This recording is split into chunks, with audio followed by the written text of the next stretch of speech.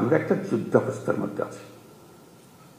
আমরা এই 8ই অগাস্টের পরে ভুলে গেছি যে আর যুদ্ধ নাই, যুদ্ধ শেষ, কথা ঠিক না। আমরা একটা কন্টিনিউয়াস যুদ্ধাবস্থার মধ্যে আছি। এটা যেন মনে থাকে যে আমরা যুদ্ধাবস্থার মধ্যে আছি। এই যুদ্ধাবস্থার থেকে আমাকে জয় হয়ে ফিরে আসতে হবে, বের হয়ে আসতে হবে। এই যুদ্ধটা কিভাবে হয়?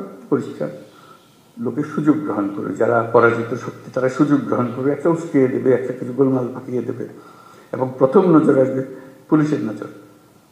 তার দৃষ্টিতেই তো সাংঘাতিক, তো আমাদের বিরাট শৃঙ্খলা ভঙ্গের কাজ করবে, আমাদের শান্তি নষ্ট করবে, আমাদের গোলযোগ পাকিয়ে বলবে। তার চেষ্টা হবে একটু গোলযোগ পাকিয়ে দেওয়া।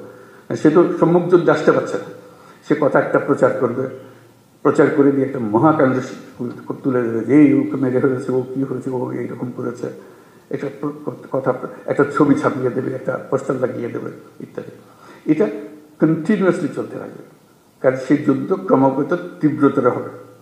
যতই নির্বাচন কাছে আসবে ততই তীব্রতর হবে, কেন ওই পরিবর্তন হয়ে গেলে আবার তারা মনে করবে যে আমরা আরেকবার পরাজিত হয়ে গেলাম, ওখানে যদি পরাজিত হয়ে যায়।